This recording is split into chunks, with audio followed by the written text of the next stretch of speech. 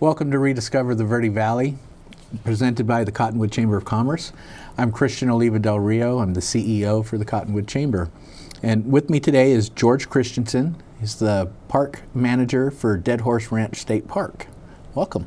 Well, thank you for letting me meet with you today. Visit. You know, we were kind of talking a little bit about your history, your background, and I think that you deserve a much more important name than just park manager. I think you should be like chief park manager or executive director park manager, something better. You've been in the a ranger for a very long time, right? How many years have you? I've been a ranger for Arizona State Parks for 18 years. Wow. But I still consider myself a ranger, even though I got the title of park manager. Yeah. You're always, once you're a ranger, you're always a ranger. Yeah, so. you get out there and not afraid to roll up your sleeves and get dirty and do what needs to be done, right? Exactly. So, yeah. Our jobs are very diverse, right? Yeah. Every day you're doing something different. It's amazing to me that you're telling me about some of the background and some of the things you have to do, fire suppression and, weed eating and whatever else, right? I mean, there's a ton of things you guys do. Yeah, we do a lot of rescues on the trails. We have to certainly maintain a large park system, from cleaning restrooms to building maintenance, painting, etc. To all the landscaping that you have to do with the park. Right. So, it's interesting. It's a lot of work too. So, George, tell me a little bit about your background. I know that I've known you. I'm just thinking about this earlier too. Is that I've known you for at least 11 years, for as long as I've been with the chamber. So, tell me a little bit about where you're from, where you grew up, what brought you to the Verde Valley. Well, what brought me to the Verde Valley 14 years ago, in fact, was had an opportunity to be the assistant park manager at Dead Horse Ranch State Park. Right. Prior to that, I'd been at Patagonia Lake State Park for 4 years as a park ranger and an assistant manager down there. And when you get a position open in state parks, you got to move on it. They don't come open very often. They're very sought after. Right. And I love the Verde Valley. I grew up in Prescott. Right. And Prescott, we always came over here to play on the Verde River. Right. We loved canoeing and kayaking the river. Yeah. And so, being a Prescott native, you're a local. We're local. Right. We spent a lot of time over here hiking and exploring Indian ruins. Yeah, it's amazing. I bet you've seen some changes, haven't you? I've seen a lot of changes, a lot of growth. Right. And but it's really nice to see that the Verde has not changed. We've had a lot of good preservation efforts, and it's just a great place to recreate and to see wildlife. So anytime I could visit the river and spend time on it, I'm there. Yeah, you're definitely a river rat, aren't you? Because you go all over the country and do that. I mean, you were telling me just about another trip, and actually just yesterday, weren't you? Yes, I was on the river yesterday with some state park directors. It's a rough job. It's always good to be able to share the river. Yeah. The more advocates you have for it, the better it's protected. That's excellent, because that's good stewardship. Yes, and that's actually we're talking about Verde River Day here pretty soon. So you've kind of a long history of protecting the river and working on the river, right? So absolutely. So you've been in the Verde Valley for 14 years now. What brought you here specifically was that job then, correct? The job is what did, that profession brought me here. Right. I went to college to do something in outdoor recreation and the outdoor profession. Yeah. And so in 1995, I started quite a bit of my college education, and actually 1991, and then took a little break from it, and then resumed again in 1995. And just prior to 2000, I graduated with a degree in zoology, wildlife management, and that's what has been my focus. Yeah. So you are sharing with me that you pretty much always knew that you wanted to be some sort of ranger, either U.S. Forest or park ranger, right? Correct. So, or Arizona Game and Fish. Just anything with the outdoor recreation profession. So. I could imagine just walking out your door in the morning and going, "What a beautiful office I have, huh?" It's the greatest office you can have. So what's kind of involved? What if somebody was interested in becoming a park ranger or a national park ranger as well, or anything that has to do with, conservation or the state park system? Yeah, in order to get into state parks, it's important to have a good background in, we have a diverse mission there. We have construction. We have people that are very good in landscaping, and then again, it's important to make sure you get that high school education and then all the college education you get, and preferably in an outdoor natural science background, because the field is very competitive. Right. Yeah. It's interesting, and thank goodness for you guys being out there and taking care of these great places for us to visit. We do appreciate the job you guys do out there. Well, thank you. Tell us a little bit about your family. You got kids? I do.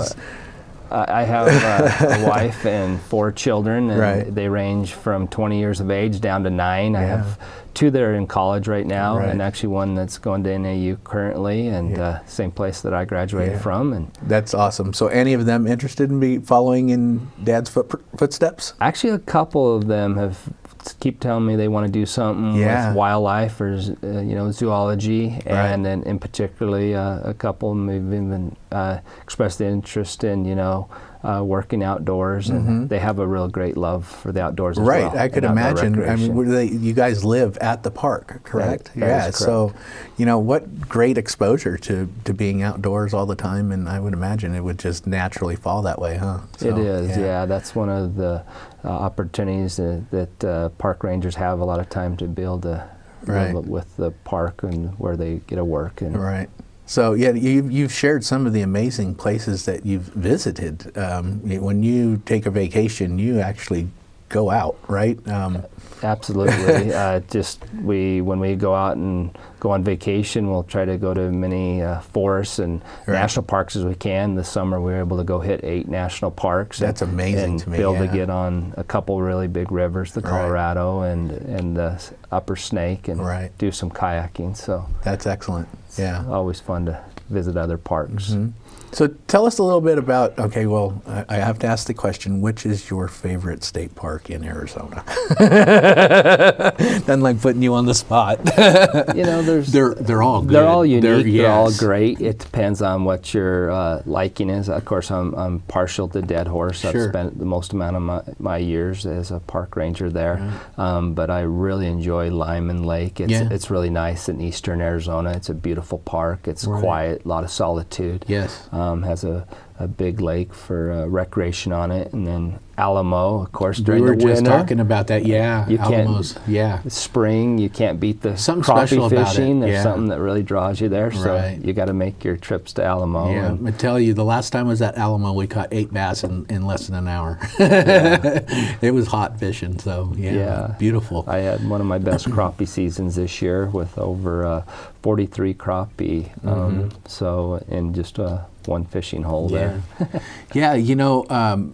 Dead Horse, I was blown away when I moved here 24 years ago, and Dead Horse Ranch was kind of that escape for me. It was nice to be able to, within 5 minutes, I'm at the, out at the park and can camp all weekend, and it's like you're not in town anywhere. The beauty of it, the river running right next to it, and the lagoons.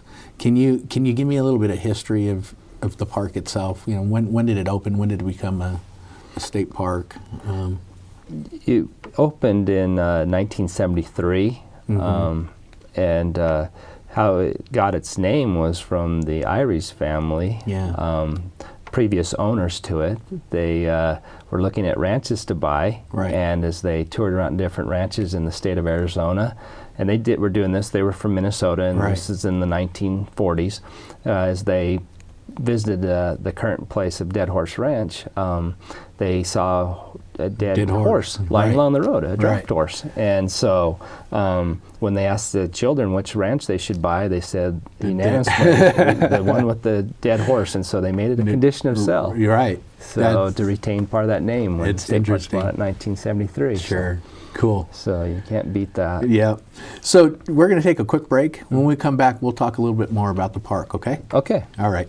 Thanks. Come on back.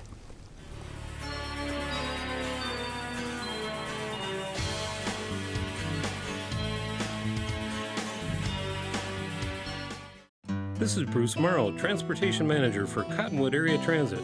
Remember, we cover the entire Verde Valley and Sedona.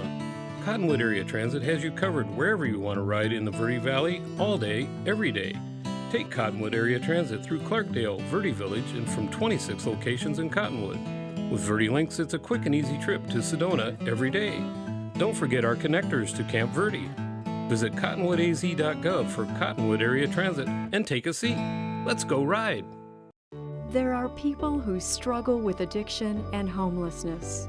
Sometimes it may feel like there is nothing we can do to help.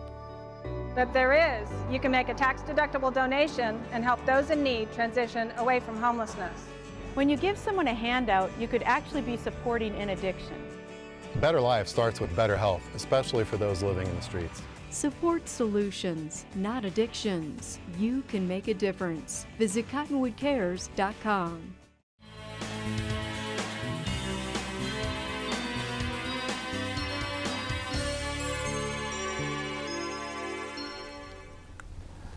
Welcome back to Rediscover the Verde Valley. I'm Christian Oliva Del Rio, CEO for the Cottonwood Chamber. And with me again today is George Christianson. He's the park manager for Dead Horse Ranch State Park. And right before the break, we started talking a little bit about the history of the park and great story about how it's got its name, right? So can you give us a little bit more about the park? What's unique about Dead Horse? I'd say what's unique about it is, of course, being on the Verde River, having that riparian area. Right. Having those 3 lagoons that are fed from the Verde River really make it a unique system. It does, yeah. The amount of wildlife you're able to view is what incredible. Makes it. Right. You know, and every year we actually have a birding festival at the park, right? And it's because of our riparian habitat. That is correct, yeah. We, the Verde Valley Birding and Nature Festival is held from our friends group, Friends of the Verde River, sponsor that now. And it is a wonderful opportunity for people to see birds from, that come in from all over the country. Yeah, it's quite a wide range of species that come in from all over, right? That come into this area, and it's along that migratory path, right? Which makes it so unique. Some of the other wildlife that we might see around there. I know we've seen beaver in the river, right? Absolutely. The beavers have come into the park and made their home in our lagoons. Yeah. Of course, we have the river flowing through there, so you have a good opportunity to see beavers there. But in the lagoons, they're there. Yeah. They've made some lodges. Right. We always have to work with them to keep from damming it up so much and trying to overflow the ponds. Sure. But we have river otters, which are really unique, and that is a great find for people because so many people just can't believe that there's river otters in Arizona. Right. You know, and we have a really good, healthy population of them. The bald eagles are just amazing. It's incredible. Yeah, I love it. You can almost see them on a daily basis. It used to be, spring and sometimes during the winter when the trout stockings. Sure. It's amazing. I don't think a lot of people realize how many bald eagle we actually have in this area, huh? Yeah, we have quite a few nesting pairs that are up and down the Verde River, and they've made their home there at the park because there's good opportunities to catch those stock trout. So, yeah, that's the other thing too. Then with the lagoons, there's fishing available, right? So we stock those ponds pretty regularly, right? Yes, those ponds are stocked from the end of October through typically March, April, depending on the water temperature, every 2 weeks for trout. So that makes for a great opportunity. Yeah. And then during the summer months, they're stocked with catfish. Right. At least 3 times. Usually National Free Fishing Day, you'll get a stocking. Before that, or maybe even one extra one, and then we get one before Verde River Day. Yeah. And in fact, we just got a surprise stocking 2 weeks ago of wow. catfish. Great. And so that was great back on August 22nd. That's going to be so nice. So you think any of those fish will still be available when we do Verde River Day? I think they will. Yeah, and plus we're going to stock it as well, right, for that event specifically. Yes, So so we'll have another stocking just prior to that. Right. So with these two, it should be fishing the should be pretty opportunity should be incredible. great. Yeah, awesome. So tell us a little bit more about some of the events that you have throughout the year there. When we already kind of talked about the birding festival, obviously. But The other events that we hold at the park that are, of course, are the birding festival. Right. During June, we always have National Free Fishing Day, and that's a great opportunity for people to come out and fish free for the day without fishing licenses, because it's a nationally recognized fishing event.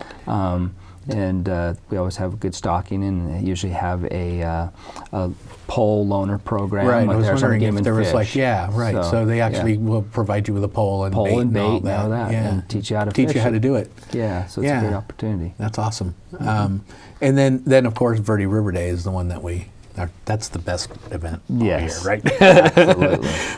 It's the best event because we are celebrating the river and bringing awareness to our riparian habitat and how important it is to us, right? So tell us, what if somebody wanted to learn a little bit more about state parks, and you guys have a website, I'm sure, and Facebook page. Yes. So. Yeah, we do. We have both a Facebook page and a website.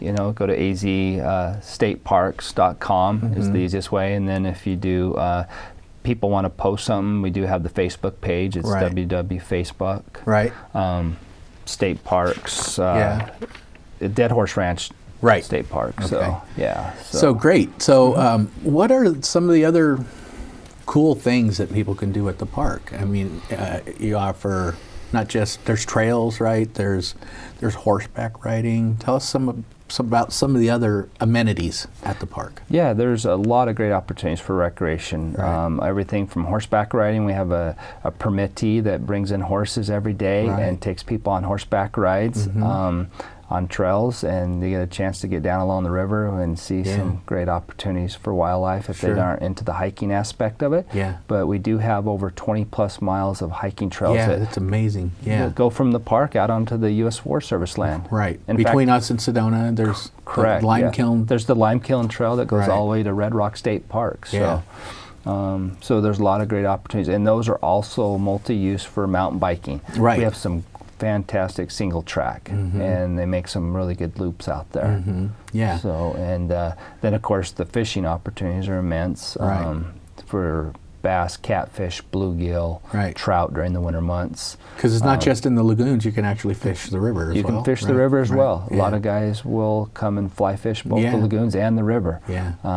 And then of course you can kayak, anything paddle craft oriented you can put on the lagoons. Oh yeah. And then of course on the river as well. Multiple places to access the river. Right. But the watchable wildlife is really great. That's a big deal. That's really big. Because we got so much that's coming through there. It's amazing. Yeah. And then not to mention the camping opportunities. Right. We have over 150 campsites. Right. 8 cabins. Yeah. I've had family that have come, stayed in the cabins and loved it.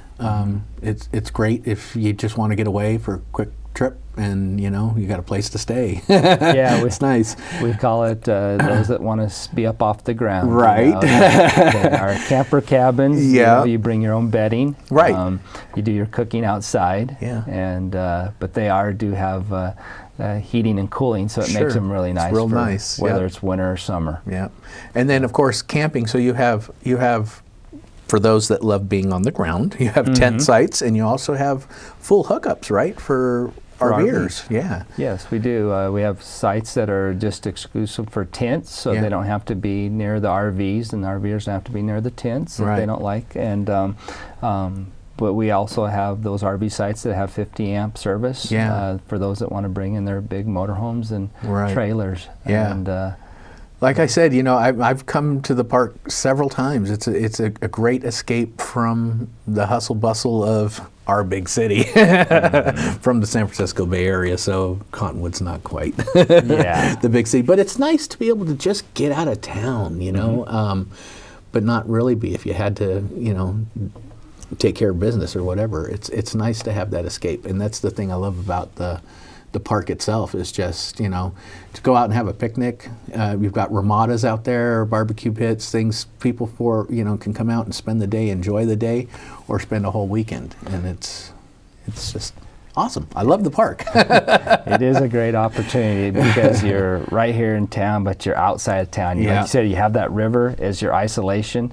It makes it great for staycations. Right. You know, Yes. they forget something and Yep. they can You run to run to town. They can run to home. Old Town is right there too, within a couple Yes. miles. It's really, everything is real close. So it's nice to be able to come and camp and be able to go into Old Town and maybe do some wine tasting or something as well. Or if you needed to actually get to a grocery store or whatever, everything's real close. So great location. The location is the best for you. So I tell you what, we're going to take another quick break, and then when we come back, we're going to talk about Verde River Day. All right? That sounds great. Okay. Thank you. Come on back.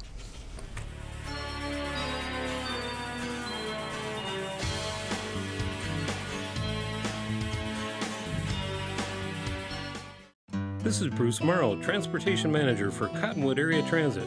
Remember, we cover the entire Verde Valley and Sedona.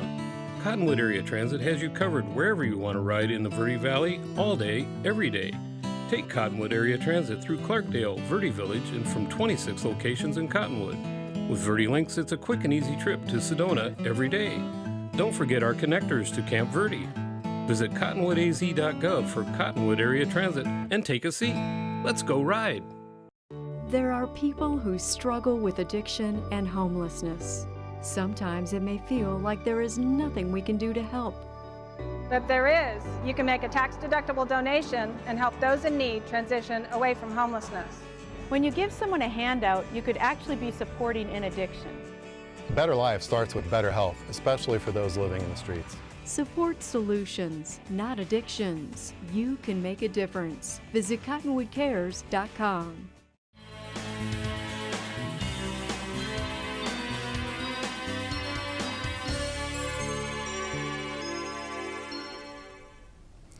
Welcome back to Rediscover the Verde Valley. I'm Christian Oliva Del Rio, CEO for the Cottonwood Chamber.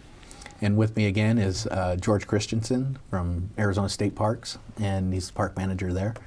So we were talking a little bit at the break about, you know, the camping and everything. So the park is very popular. I'm sure it's kind of hard to just show up and be able to expect to get a campsite, probably, right? There is. It fills up pretty quick, right? There are certain times of the years it is very busy, and you do need to make reservations way in advance. Right. Can you give us a little information? How can people find out about making reservations and whatnot? You can obviously go to arizonastateparks.com/deadhorse, and can they make reservations from that website, or is it link them to somebody else to make a... That actually, if you go to that website, it will link you, right? You can click on it. You just go to that, to Dead Horse, right, and you just go to make a reservation, right, and it'll lead you right into that. Gives them all the information, shows which the spaces are available and whatnot. Yeah, so you can do that online, right, or you can call the call center as well. We do have a call center, right, if you're having difficulty making reservations. Do you have the number off the top of your head? Probably not, but it is on the website and information there, right? Yeah. Plus, they could always call the park. If they call the park, exactly. Right. Perfect. We'll link them to that. So, great. And then you also have there's information on the park as well on the Facebook page at www.facebook.com/deadhorseranch SP /. Perfect. Great. So check out those sites and get information about staying at the park. We have this big event, and this is my favorite event of the year. This is sponsored by State Parks and the Cottonwood Chamber, is Verde River Day. And this year it's always the last Saturday in September. This year it's September 29th from 9 to 3 at the park, right? Correct. Give us a little bit of history about this event. There's a reason why this is so special. Well, you know, it was started 29 years ago. Right. This will be the 29th year. Right. Next year will be our 30th, and right, we're pretty excited about that.